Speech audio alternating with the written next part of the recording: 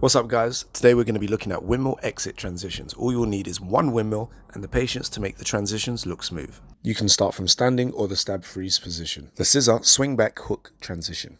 The transition sequence occurs once you get onto your second shoulder. Open your arms wide to flatten the windmill, scissor the legs and then swing the master leg backwards whilst at the same time pushing off the palm of your hand. This will cause a rotation which will enable you to swing sitting you up, placing the foot flat on the floor, hooking the leg and then swinging using the recoil of the hook to enter your footwork. The next one is pretty much the same, but you're going to use this to go straight into pretzels. This one is a seated pretzel. So as you can see, we enter our windmill, get to the second shoulder, open arms to lay flat, swing the leg backwards, use the arm to rotate, and then go straight to a pretzel by pushing off the toe onto your bum.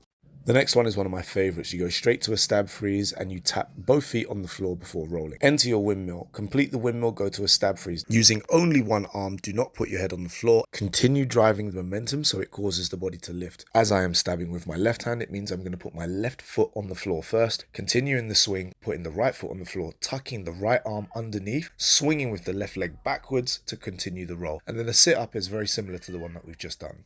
Let's look at that in full speed one more time.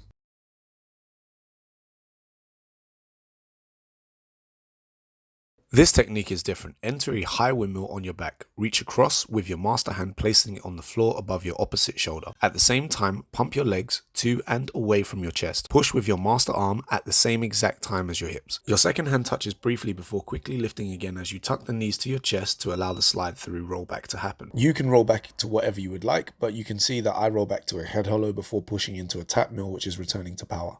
Sliding pretzel to belly flow. Enter the stab freeze as if you were to continue windmills or transition to flare. Instead, shoot through on the knee and the roof of the foot for a pretzel. Lay down on the thigh, then the chest, swinging both legs backwards, laying as flat as possible, arching your back, allowing the hips to pass underneath before scissoring on the opposite side to return to footwork.